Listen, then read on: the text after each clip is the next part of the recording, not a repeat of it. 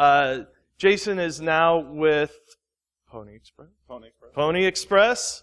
He is professionally gets to go around with his little toys, and he gets to build toys and play around with toys everywhere. He has I'm friends with him on Facebook. The guy is in a different country every week. I have never seen a bad talk with Jayson. If you don't know who Jayson is, you're going to get to know now. So please welcome to the stage, Jayson Street. Thanks, brother.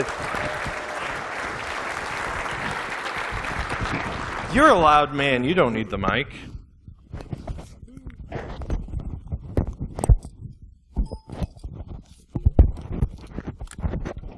He said he's never heard a bad talk of mine. Challenge accepted.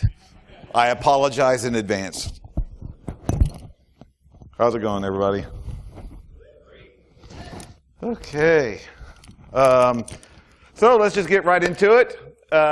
This is my talk. I am not a lawyer. It's like I've never done any kind of legal counsel or anything. I mean, I've had to require legal counsel before, but that's a whole other story.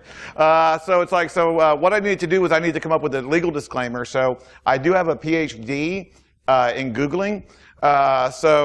This is my legal disclaimer right here. It's like, what it basically states is the things that I talk about, some of the things I'm going to talk about, they're going to be like, that's horrible. That's me. Should you do that? And I just want you to remember one important thing. Remember the kittens. I'm adorable. I will never try to steal from you, kill you, or destroy you unless you pay me first. Okay? There's always a contract. It's like the difference between a criminal and a hacker, permission. So it's like, so just wanted to let you know that right up front. So it's like that's our legal disclaimer. It's also the theme that we're starting. Has anybody seen the show Breaking Bad? Good, because it's like I've given this in a lot of different places, and some of them are like, yay, so you'll get most of the jokes. Other ones are like, yeah, and I'm getting it. So we'll see how it goes. Hopefully there's still enough content that you'll still go through it. Basically what this talk is about is me talking about different ways that people have gotten in. It's like the way I've gotten in, and then the ways that people can defend themselves from those kind of attacks. Last year was my mega rant talk. This year is my dessert and vegetables talk. And we're going to see a little bit later why it's called the dessert and vegetables talk.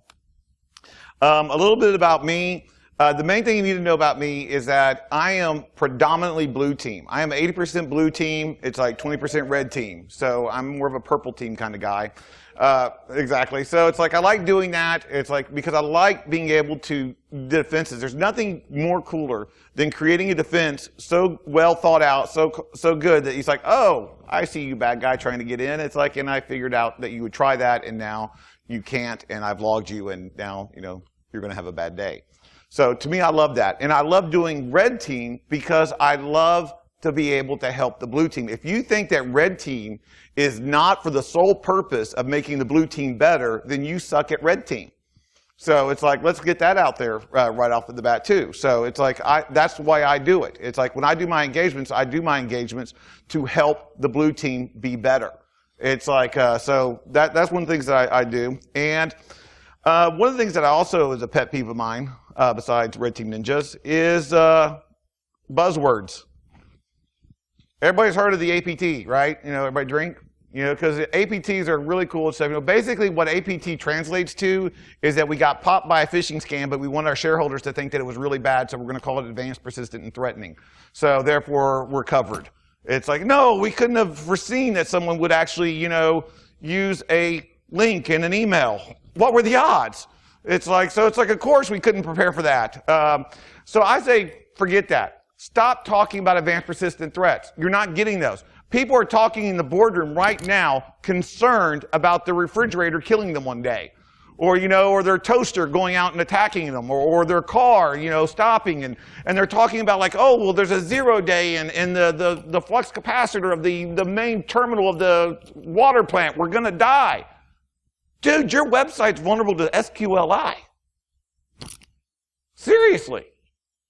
I mean, how many people check their firewalls, on a regular basis? I want to see a raise of hands. How many people are constantly monitoring their firewalls? How many people see on those monitors, on those logs, SQL Slammer still hitting their firewall? SQL Slammer came out in DEF CON 2002, the vulnerability was shown. Microsoft patched it in September of 2002. SQL Slammer hit in January of 2003, and it is still circulating the internet. Stop talking about your high-tier attack levels and your all breaking points, and stop talking about low-hanging fruit. It's like, well, they're going after the low-hanging fruit. Screw the low-hanging fruit, people. The fruit is on the ground growing another tree. Fix that stuff. That may be something you want to look at. It's like, yeah, 0 days are really cool and sexy and stuff, but if you got SQL injection and a phishing email, that's not your problem. So it's like, we got to start working on those things. So I've created bad. I don't try to be advanced or persistent or threatening. I do very basic stuff, adorably, and I destroy you with it. So that's how I do it. So we need more people to be bad. Here are some of the indicators of someone being bad. Number one, recon mode is only about 2 hours of Google and the victim's own website, though I've never used the full 2 hours yet. The longest I've ever used was a job in Jamaica where it was an hour and 45 minutes or so. That gave me all the information and intelligence I needed to destroy the company. Hour and 45 minutes on Google. Not Multigo, not, deep search. I didn't go to the dark web. Sorry, CSI Cyber. It's like I didn't do any of that. I Googled it. So it's like, 2, SE mode is usually walking into victim's location and winging it. Notice sometimes without doing number 1. Quite honestly, I do a lot of that. It's like it's more than usually I will just walk into a facility and the first example I'll show you was totally blind. Just, let's see what happens. Number 3, punish mode is basically plugging into a device in the victim's computer or network, sometimes with their help. I'll be honest with you, I don't usually need their help or require their help. I just think it's more funny that way. So it's like I usually do it that way because I'm a horrible person. 4, 5, profit, right? So it's like you gotta have that number 4 step because it's the internet. So that's how I usually do being bad. Those are my indicators.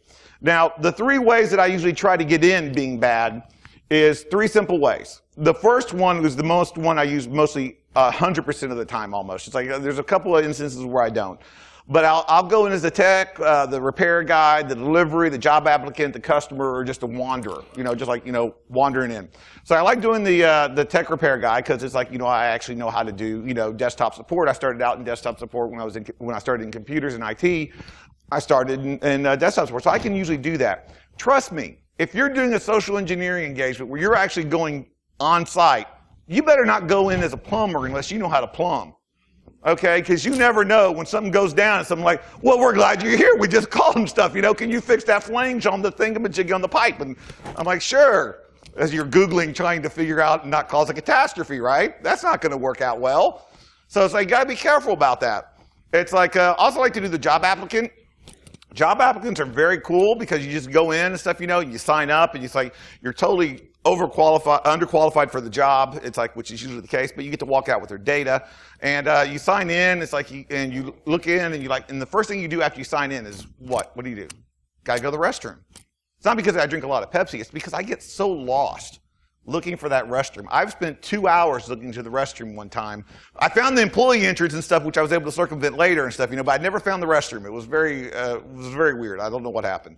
So I like going in as a job applicant, also because you can get all the data and stuff, as they're asking you questions about the network, what you know, what kind of technical abilities you have. It's like you're getting all this intel. They're giving you all the intels in their interview questions, which is also helpful. 2, it's like I come in as an auditor, executive, or a policy enforcement. The first one was more passive. The second one's more aggressive, because I'm very passive-aggressive, ask anybody that knows me. It's like, but the second one is more aggressive because of the fact that one key thing is you're making me wear a suit.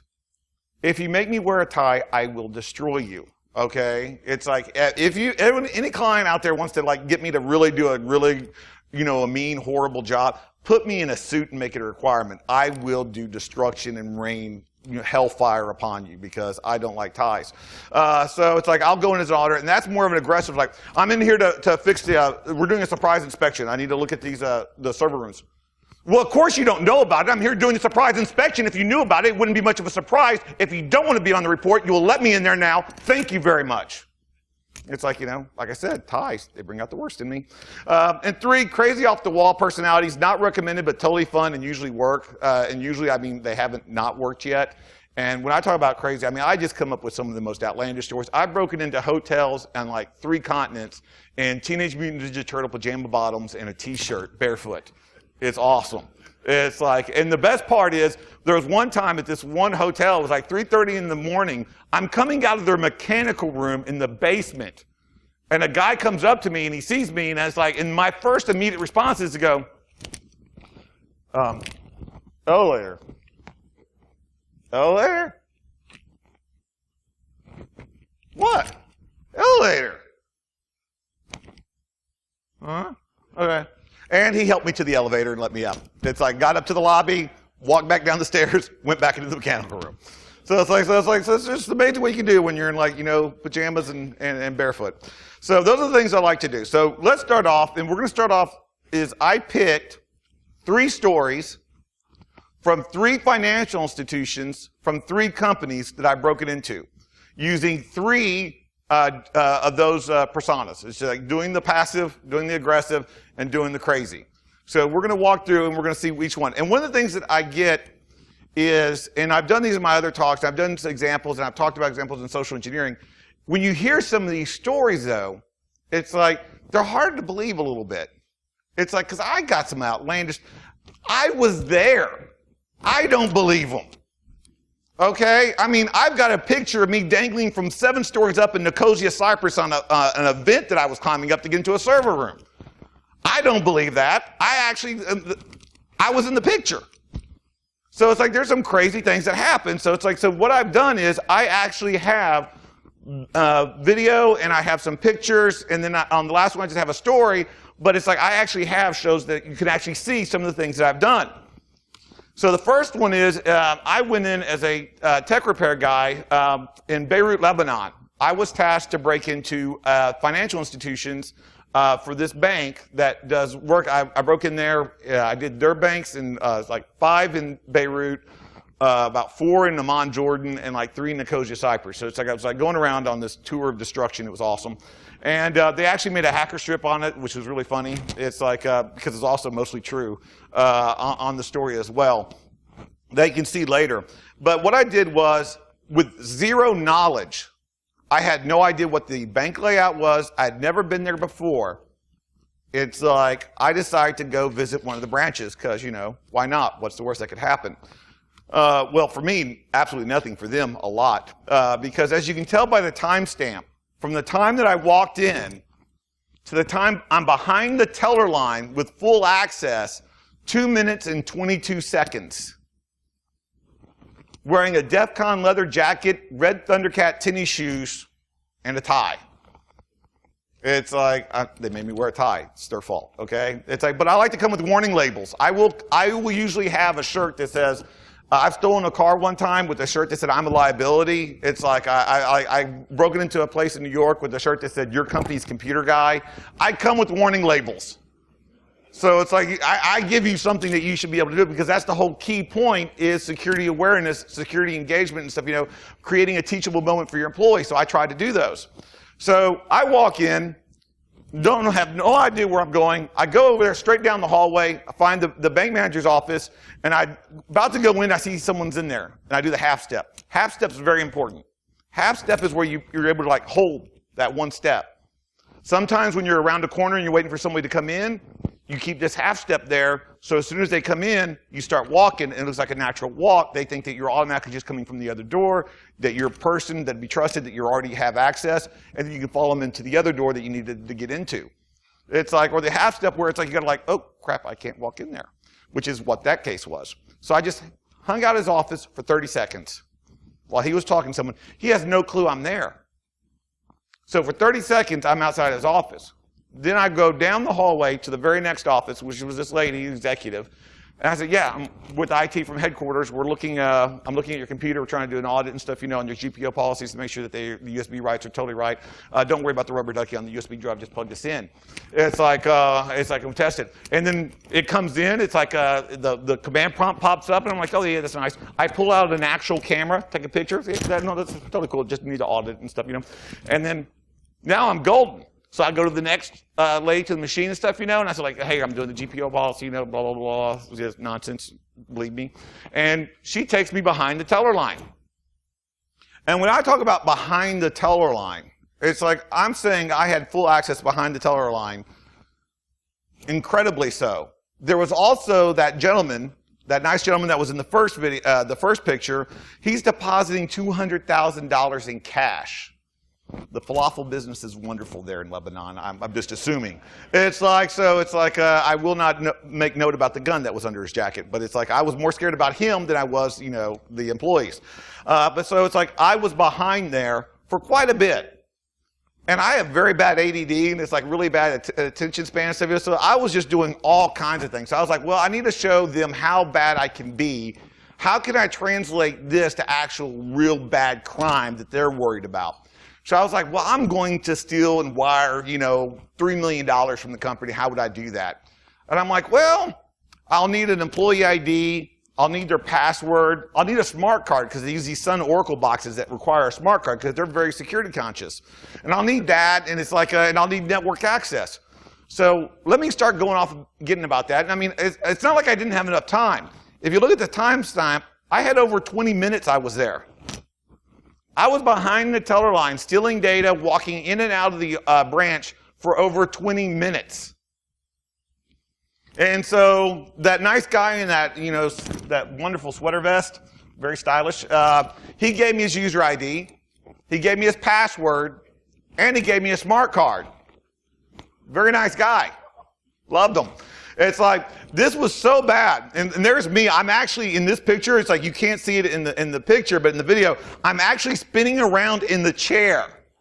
I'm doing circles. Like, woo-ba-doo-ba-doo, because, that's fun, right? So it's like, why not? So I do this. It's like, so I got this information from him. The bank manager comes out and stuff, I start talking to the bank manager because he thinks that I've been vetted by the employees. The employees think that he's the one that vetted me, so I've got full run. The only place he did not let me get into was the vault.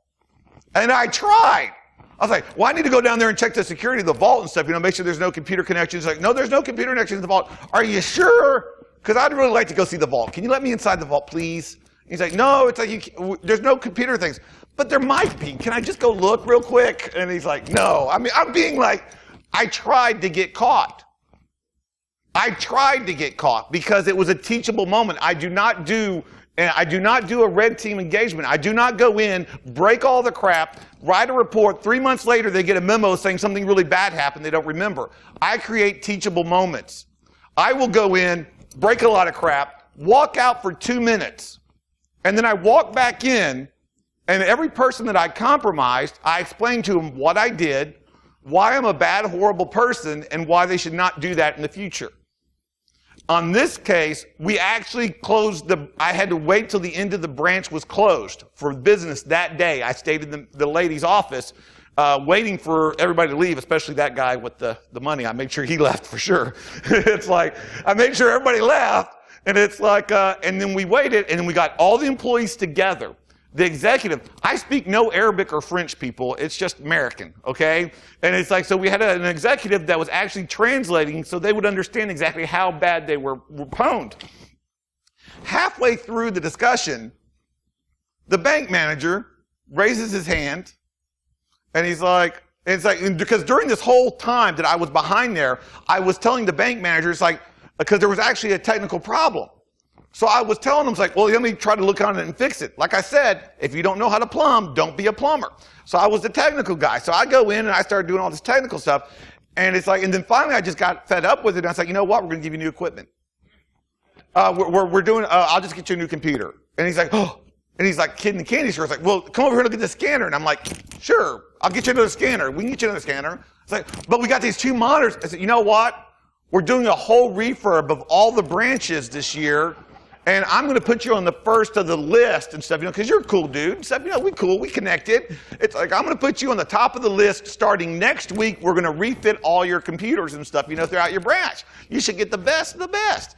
And he's like so happy. And so halfway through the discussion of me telling them I'm a bad person, he's like, and I'm like, yes? Are we still getting the computers? I felt so bad. I was like, no, I'm lying to you. I'm a horrible person.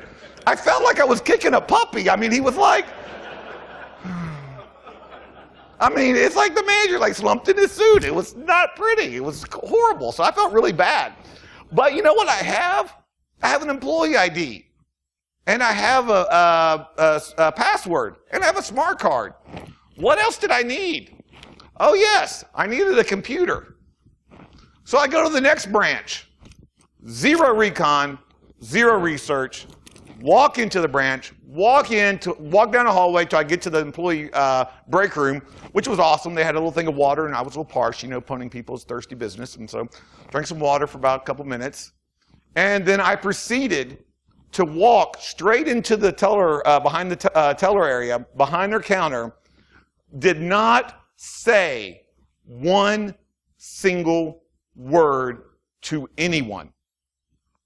I walked in, and as you can tell, while the guy is doing business beside me, I unplugged the computer and take it with me. It was there. You know, it's like I had to make a withdrawal. It was the computer. So now I've got user ID, password, smart card, and the computer that is needed. What else do I need? Oh, yeah. I go to a third branch. And I get my network access by just telling the lady, hey, we're with the networking. I'm trying to test this computer house system. I need to get into the network halls and to check the TCP/IP relays and stuff, you know, because of the brownouts that we've been having with the optimal relay on the gigabit network. Gibberish always works, people. Gibberish always works. It's like, I mean, I'm going to be horrified when someone actually realizes that, you know, a flange or a flux capacitor isn't really something required for, you know, TCP/IP networking. Okay? So that was it. It's like going in as a tech, it's like I went in and got into every single area.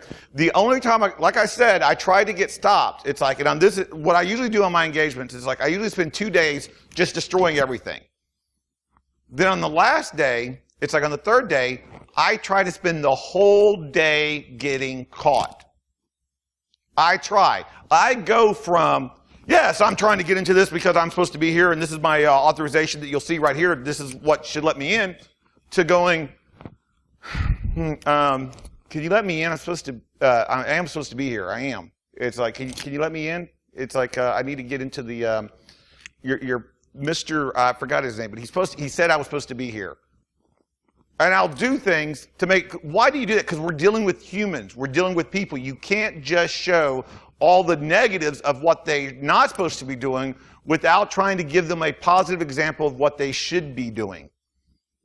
It's like, so it's always great to leave the company with a win, something that they can actually show. It's like, this is what this person did. This person questioned them. This person called someone. This person did not let them in. This person stopped them. And that gives a positive example for people to look at and stuff. You know, when they're when I leave and I'm gone and I'm a memory, it's like they still understand some of the things that they should be doing. What tangent was that on? I don't know. Sorry, still waking up. So, but that's what you're supposed to do. You're supposed to give them that win. So it's like you're supposed to give them on that whole day. So it was a pretty good day for that. That was it. The only reason why I got caught on the last day, because this was my day of trying to get caught, I literally had to ask the person behind a fourth branch what the user ID and password was for a live system that was behind the teller line that I was sitting behind. I typed in the user ID and the password. It was the same. User ID was the same as the password. Secure. So I literally shut the machine down. I have no idea what they're doing for their business. I shut the sucker down and start unplugging it, and it's a huge honking desktop, so I'm pretty sure they needed it. And only then, when it was disconnected and I was about to carry it out, someone had the idea that I don't think that American in the DEF CON jacket should be behind this conference. Maybe we should ask him why he's taking our server. And I'm like, yes, maybe you should. So that's how that goes. That's me in a passive engagement. So the next one is actually in the U.S. I was asked to break into a state treasury for the United States. It's like, so therefore I can't mention what state because, you know, they still hate me. Really, I mean, literally, really bad. But screw them. It's like I wanted to tell the story because it's a good story, not just about being in an aggressive, being an executive or an authoritative role. It's really good testament to scope.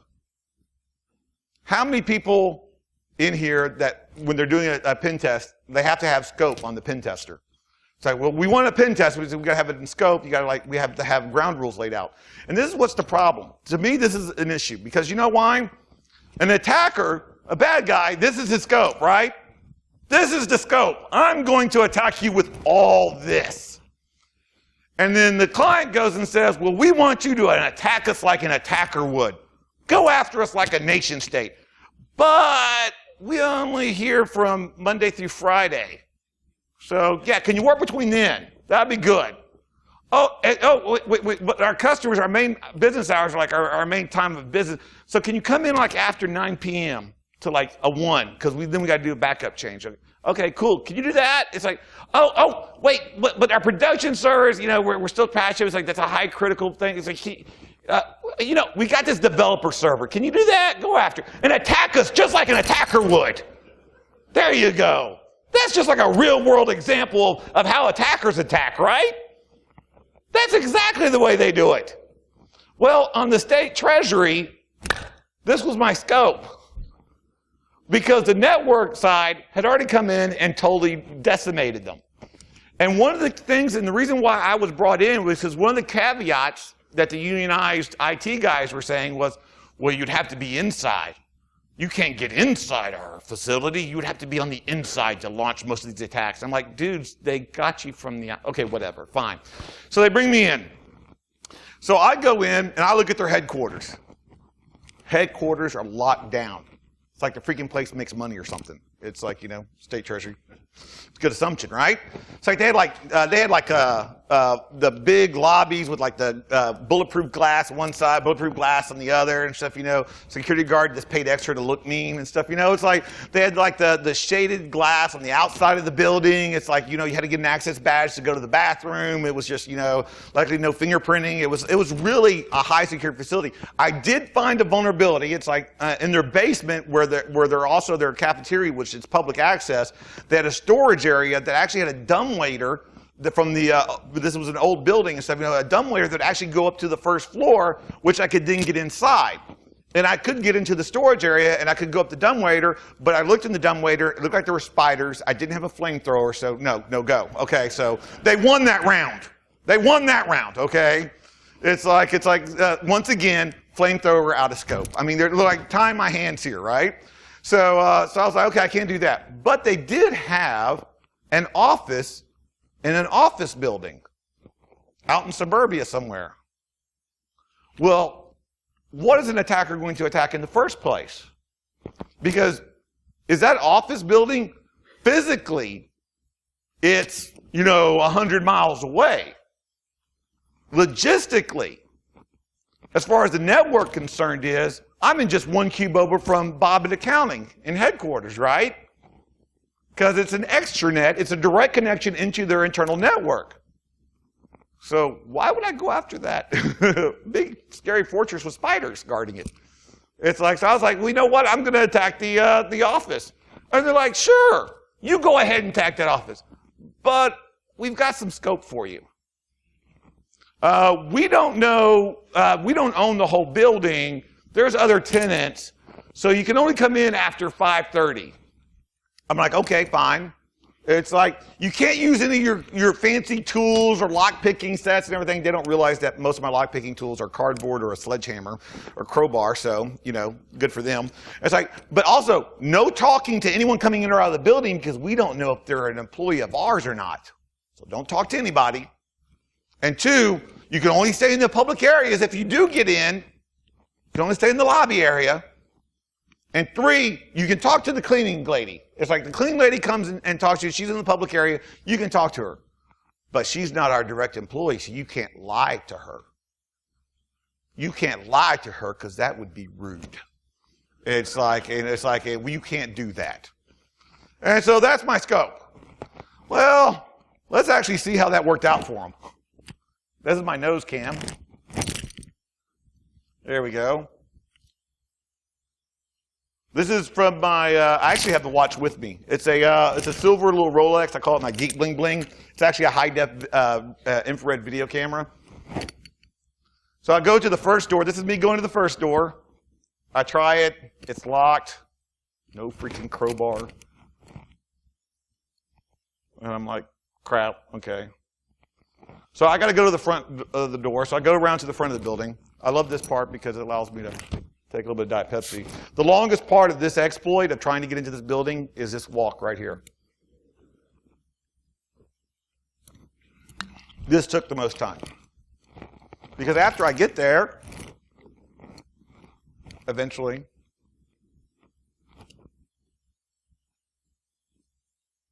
longer than I remember, still waking up. Okay, so I tried the door. And curses, foiled again. It's a lock. So I pulled out my secondary hacking tool, the smartphone, and I start looking like I'm doing something for about 10 seconds.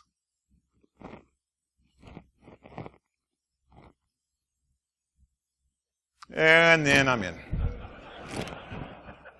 That's what that was. It's like I did not say a word to anyone. I was in. I love this. I have gone through a high-rise building over 20 floors, and it was like a secured area to get in. But then each lobby elevator, each floor had a lobby in the elevator area. So you had locked doors. So you'd have to have a badge to get in or out of any of their. It was all secured. So you could get into the elevator, but you couldn't get out into the building floors where the business was. Except for I had a phone with me.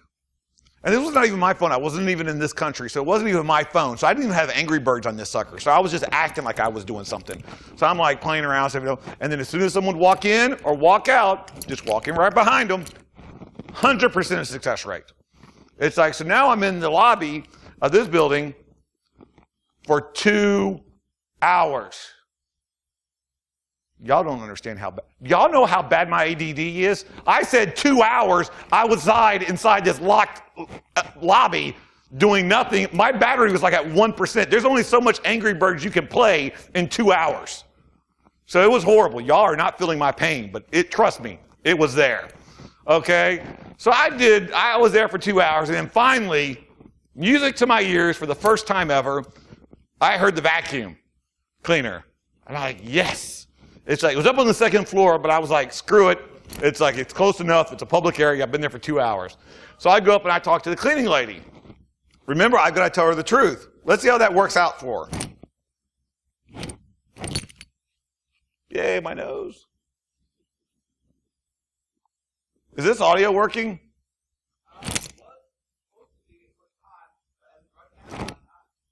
Oh.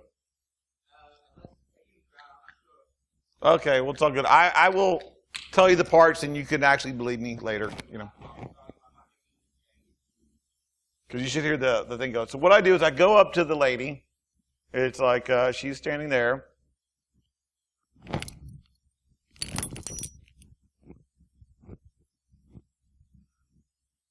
Okay, well, I don't even have, okay, well, I usually pause and tell you what actually is to be said. But I'm telling them, like, can you let me back in to this suite number? And it's like, because I was there the day before. So I do need to be let back in. She said, okay. It's like, she was saying she doesn't clean that area. And I was like, oh, I know, but can you help me? I'm working late tonight. I am on the clock. I was working late tonight. And then I tell her, it's like, I just went to the bathroom. It's like, and I don't have my ID badge. I was there for 2 hours, people. I drank some water, okay? Don't judge me. It's like, and I did not have my employee badge. It's like I have at my, my job, it's like an employee badge. I didn't say it was their employee badge. I just said it was my employee badge. So once again, truth. And I told him, it's like, I was working, I told him, it's like, I also told her, it's like, I only need to do one thing, which was destroy their network. Once again, true. It's like, and we walked down. Once again, the biggest part of the compromise was the walking. And then she finally realizes that I'm looking for the key. And she's like, and she says, like, so, oh, you need the key? And I'm like, yeah, I need the key. I can't get in. It's like, once again, true. No crowbar. So it's like, so they let me in. And so I wait for her to come back, which is a long time. I don't know if I can, like, oop, there we go.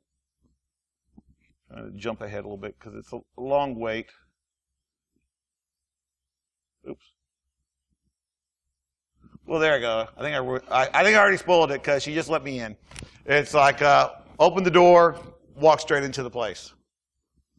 I did not lie at all to get in there. Right there.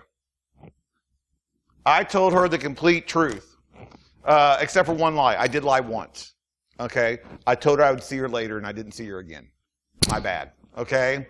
But as related to get in, I was 100% honest.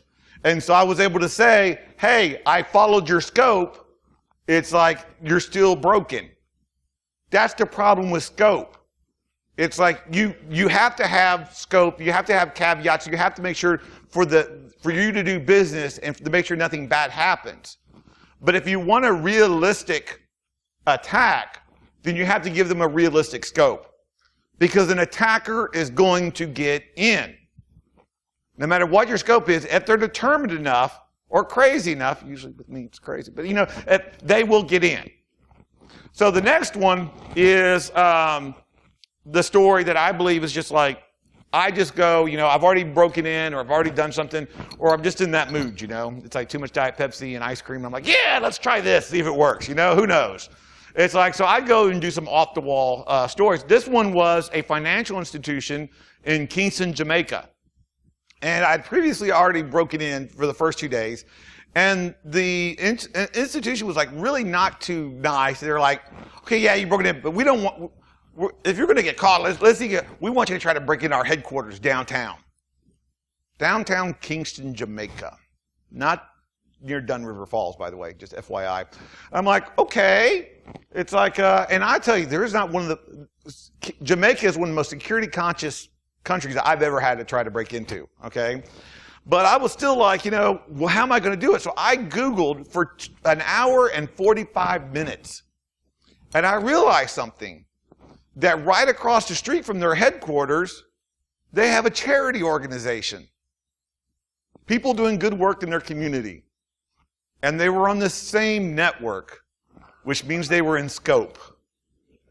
So this is the story I call Jayson and the Terrible, Horrible, No Good, Very Bad Social Engineering Engagement.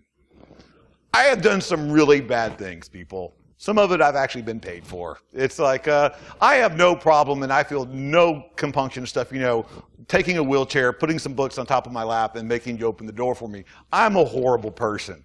I'm trying to steal money from you. It's like, does the bank robber and stuff, you know, go up to you and say, hey, I need your money and your credit cards and your car keys. Sorry about that, but, you know, I'll kill you. You know, can I have the money now? Unless you're in Canada. Unless you're getting mugged in Canada, that doesn't usually happen. Okay? It's like, they're bad people. They're trying to do bad things to you. They don't care how they get the money. So, I sort of did, but, you know, I had to do it. I had to get in because they made me mad. It's like, so this is how I do it. I targeted the charity organization. It was in scope. They were on the same network. My pretext was I was a visiting American TV producer doing a TV show on corporations doing public good in their areas and in their communities. And so I had my guy call and says like, hey, we got this producer, he's doing this TV show, he wants to talk to you. And then I get on the phone like, yeah, what's going on? I was having dinner with him. And he said, I was talking about my TV show about community good and with corporations. And he told me about what you're doing and the work that you've done. You guys are awesome. My flight leaves at 6 a.m. tomorrow morning. I got to see you today. Is there any time I can come up there and see you and stuff? You know, can you squeeze me in at some time? 2:30? Okay, hold on a second. Sorry. Cancel my 2:30. No, just cancel it. This is more important. I got to go here. Okay, you're right. I'm right there. I'll be there. I'll see you then. Thanks a lot. Ciao. I hang up because, you know, TV producers say ciao, I guess. So it's like, so I go and I hang up and I come out there and I go out there around 2:15 and I go to the main headquarters across the street. I sign in and they're like, well, sir, this is for the building. Oh, really? American. You know, it's like, can I get over to, before I go over there, can I go to the restroom real quick? It's like, you know, drink a lot of Pepsi and stuff. I always have to go to the restroom for some reason. So it's like, you say, sure you can. Now, to get into the building to begin with, I had to go through a buzzed door, a guarded door. And then there was another buzzed door to get into the lobby to where the restroom was. Well, luckily there was a security guard there to help me. Because he opened up that door and he walked me out to the bathroom. I thought he was going to walk into the stall with me. I mean, it was like, so I get in there and I get into the bathroom and I'm like, well, crap, I actually don't have to go this time. So now I got to wait for the, appropriate amount of time. And I got to wash my hands because, I don't want them to think that I'm not hygienic or anything, even though nothing happened. It's like I wait and I walk out of the thing and there's the security guard.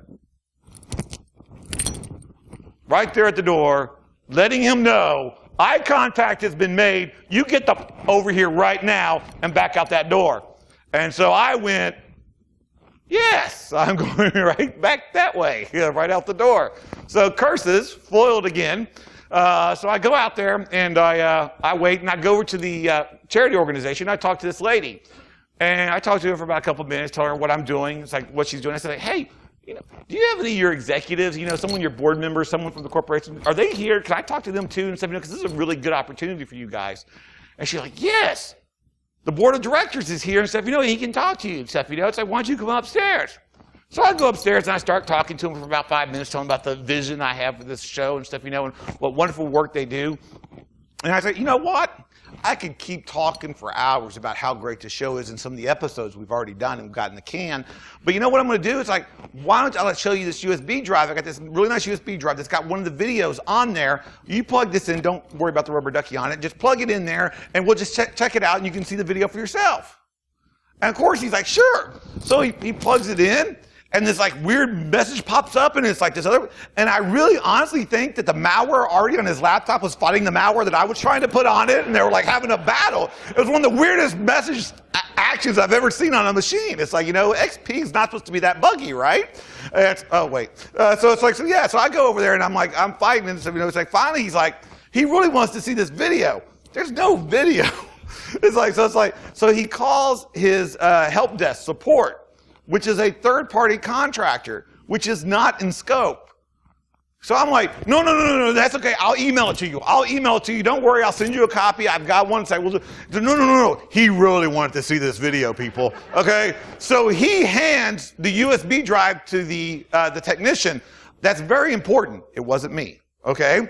So he hands it to the guy, and 90%, I think, of social engineering engagements is thinking fast on your feet. It's just coming up with something outrageous at a moment's whim and being able to make it sound convincing. So he's got this USB drive. I have to follow him to know which machine he compromised. So I immediately say, hey, you know what? There are other proprietary videos on that USB drive. There's other folders that he can't go to. It's like, I need to make sure, I got to follow him and make sure which folder he goes to because I got NDA on some of those videos. And he's like, that sounded reasonable. And so I follow the guy in to his area, and he's got an Ubuntu machine, and I'm like, oh, thank goodness. It's like Ubuntu. It's like I coded the malware and stuff, for Windows. I'm good. He plugs it in. Ubuntu is awesome. The same shortcuts work. So I see the command prompt pop up, and I'm like, oh, that was new. It's like, so now I've got domain admin on all their networks and all the other ones that guy supports. So, cool. So I plugged that out. It's like we still couldn't find it and didn't know where it was. He didn't notice that the thing was connecting telnet and stuff, to blinkylights.tal.nl, which, fine. It's like, so I go and unplug it and come back, and then the worst part happens.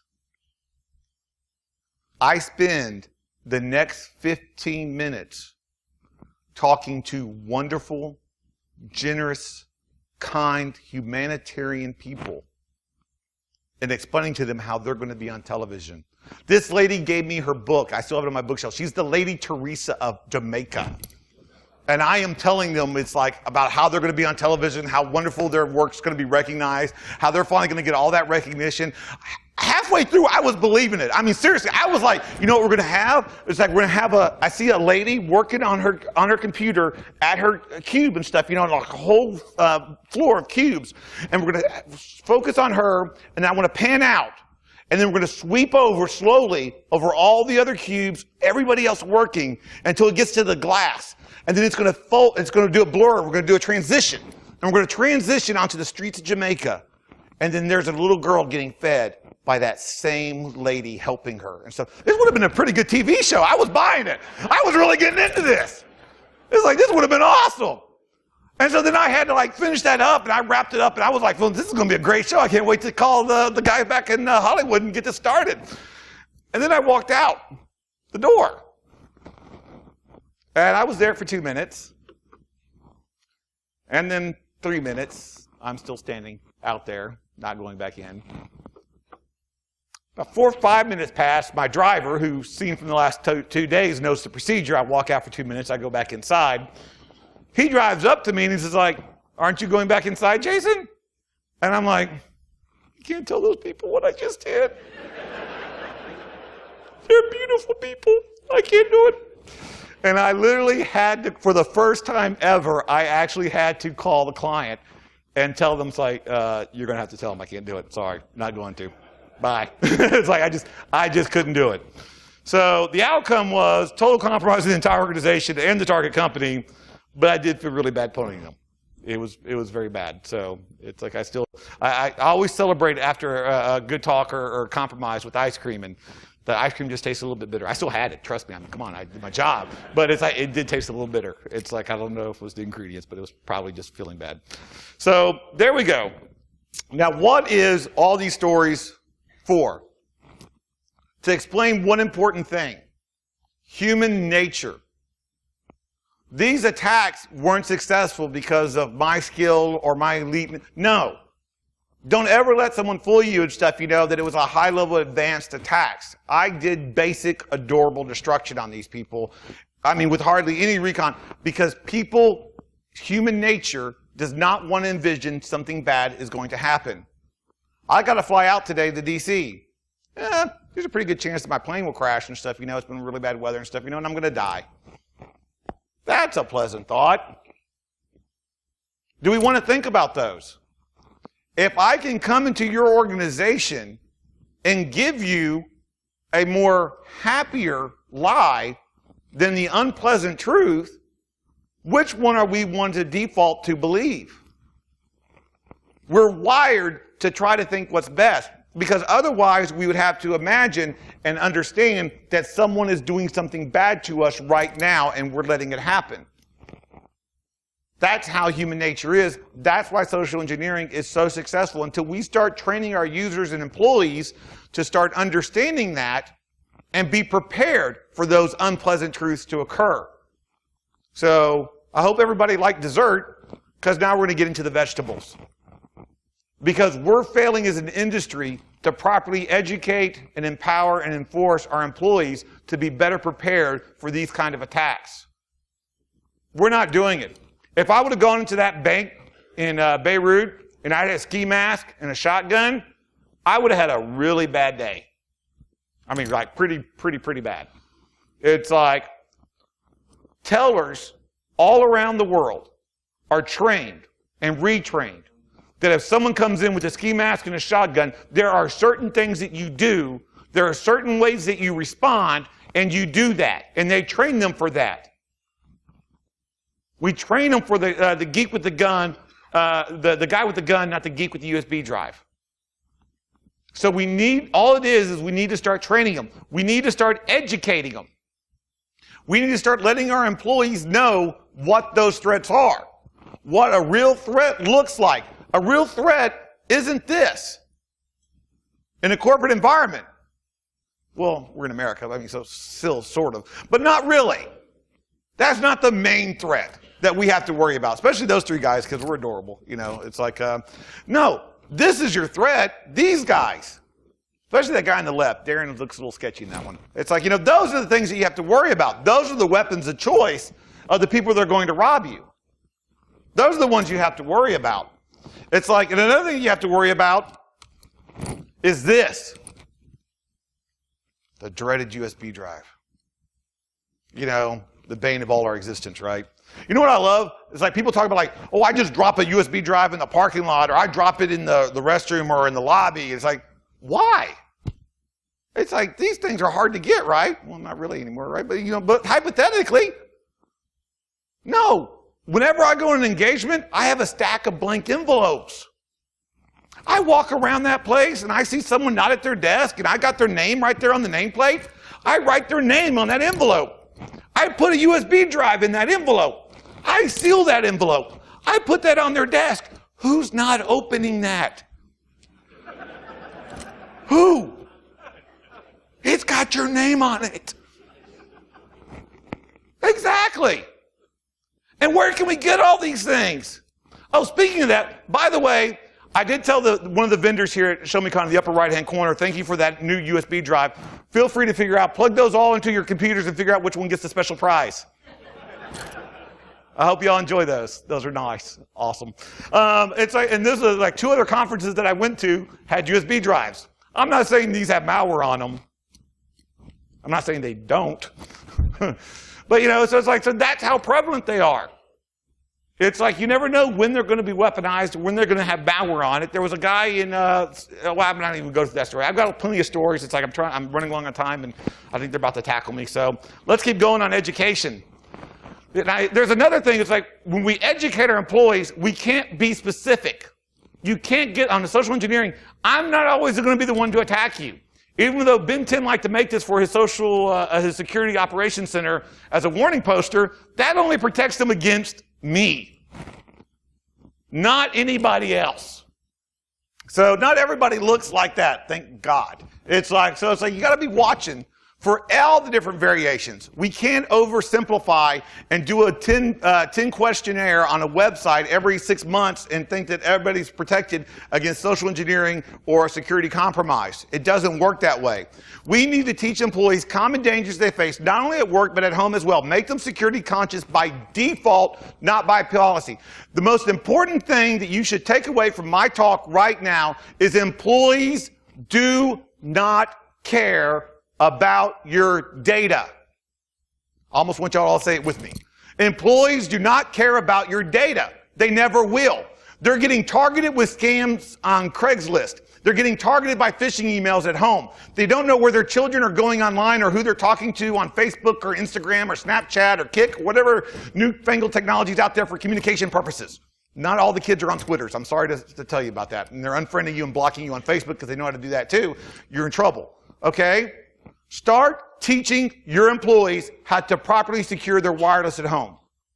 Have a 1-hour luncheon on a proper security 101 on securing your Wi-Fi at home for all your employees. Teach your employees about the common scams that they'll face online when they're doing shopping. Teach your employees how to do the privacy settings on social media for their children. Teach them how to be security conscious. Make them start thinking about it from a security perspective. Guess what? They still won't care about your data, but they'll be more security conscious. So they'll be more willing to react, more willing to detect something is going wrong. That's how you do that. You've got to drive home the fact that the stranger danger is a good policy no matter how old you are. One thing worse than no security is a false sense of security.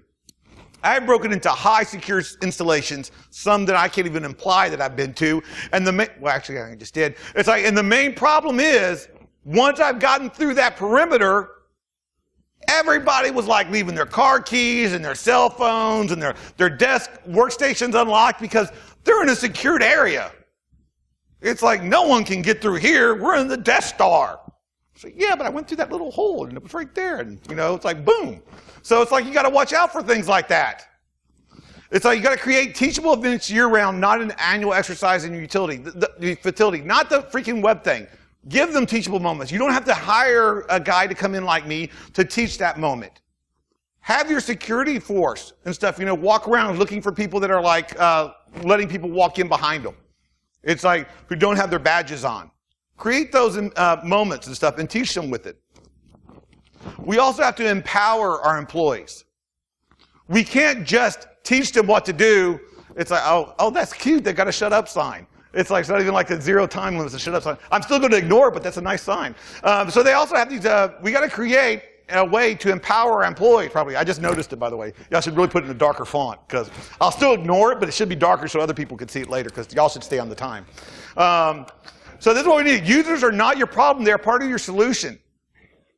Do you realize that? You have access to the best intrusion detection system in history. Your employees.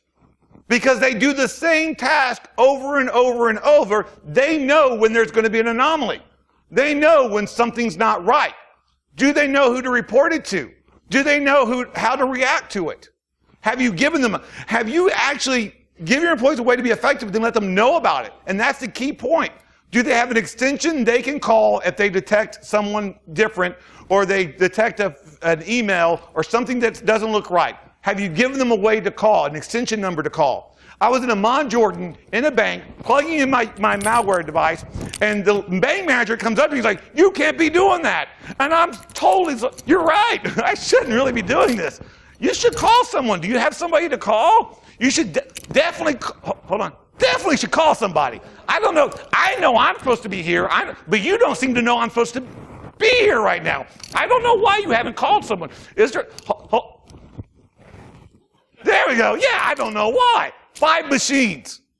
It wasn't until I was behind the teller line trying to plug into a machine with a stack of money on it that she stopped me and got really adamant. And I was trying to tell her, like, look, I'm not worried about the money. Trust me. I just want that USB drive. It's like, trust me. It's, I don't care about the money. It's like, but that was enough. So we have to empower them and let them know. Give them opportunities to do the right thing and reward them when they succeed and teach them when they fail.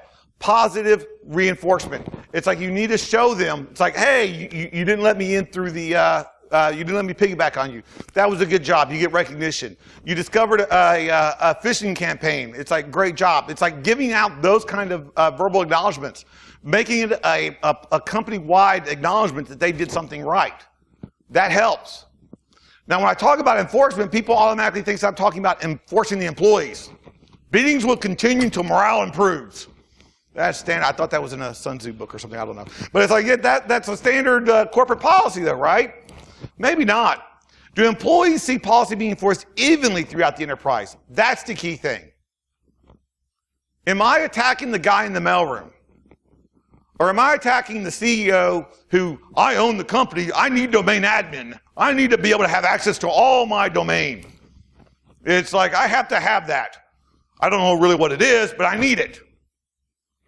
Why? It's like, we had an instance of, I'll do one short story. We had an incident where the owner of the company was coming back, and this was like over 10 years ago, and he'd have to put, all the executives, when they traveled and they came back, they would have to stay offline till a help desk person came over with a CD with their DATs to update their antivirus before they got onto the network to help better protect it. I made the suggestion in a management meeting to these people saying, hey, I think the owner of the company should be following the same policy. He's not doing that. He's plugging directly into the network. And they started laughing at me. And I mean, I'm a laughable person at sometimes. I like to think I'm witty. But this wasn't one of the times you should be laughing at me. And so I said, you know what's going to happen, right? If he gets compromised, he's not going to step back and go, oops, my bad. His first question to you is going to be, why didn't you protect me from myself?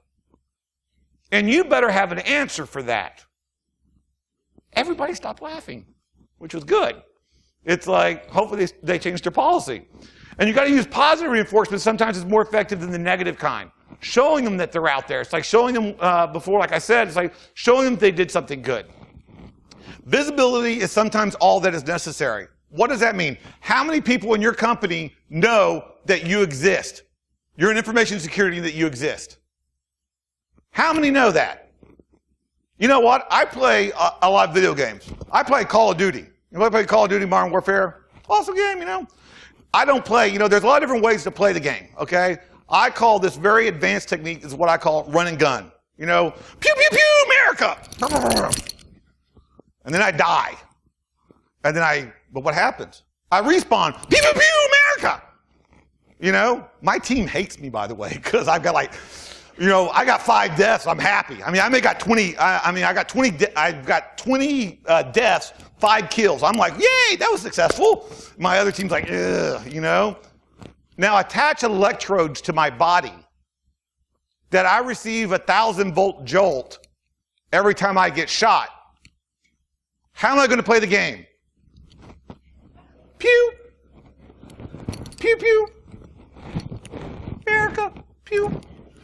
That's how I'll be playing the game. So show them that there is a real world impact. Someone's got a virus. Someone's downloaded something they shouldn't have done. Someone clicked on something. Go to their cubicle. It's like, I've done this at my day job as a blue team guy. Excuse me, I need you to get up out of your chair. I'm with information security. I need to look at your machine. Make them stand up there. Start looking at their computer. Doing task manager. I already know what's going on, but I'm doing task manager. What am I doing is not doing this. I'm making them stand behind me, look all innocent like, while everybody's watching him, and him trying not to watch me, and I'm like,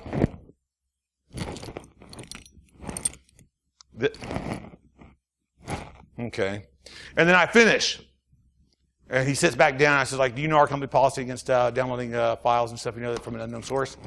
Do you aware that that's not part of our policy, that you were in an infraction of that? It's like, if you don't want another further any issues or this to be escalated, you need to make sure that it doesn't happen again. Thank you. And I walk out. What did I just do? I didn't just educate that employee. I educated the 15 people around him trying not to act like they were watching it too. I educated them on that. I educated the other 20 people that they talked to at the water cooler about, oh God, did you see Bob in accounting? He got totally reamed. I don't know. He did something with the computer that you weren't supposed to. There's security guys and stuff, you know. It's like, and then I educated the other 50 people that they posted online and stuff on Facebook. Guess what happened today? Bob in accounting got really good. That's how you spread that information. And you show that there's a real world exercise for that. So those are the things that we can do. That's what we need to start doing. Because at the end of the day, I hated this TV show. Surprise. I hated it. I started watching because everybody started making references on it, and there was like memes and pizzas on roofs, so I started watching it. Halfway through, I was like, he needs to die. He is a horrible person. He is bad, and he should feel bad. It was about, why do we love the bad guy succeeding? These guys should be having a bad day. These guys should not be so successful. We should not be rooting these people on. Our job is to make sure that he's not smiling and that he's not having a good day. So start doing better and making sure that the bad guys have a bad day. And that's my little mini rant. And I would ask questions and stuff, but I'm going to be here all the way through 1:30. I'm sorry I have to like pull a Dave Kennedy and jet out. But I really do want to talk to you and engage with you. So if you want to come up and give me questions after this or get an awkward hug, just let me know. I'm done. There we are. I drink Diet Pepsi and say adieu.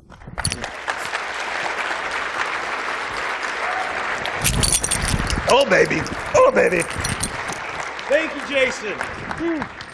Okay, we're running a little bit late. We're running a lot late now, sorry.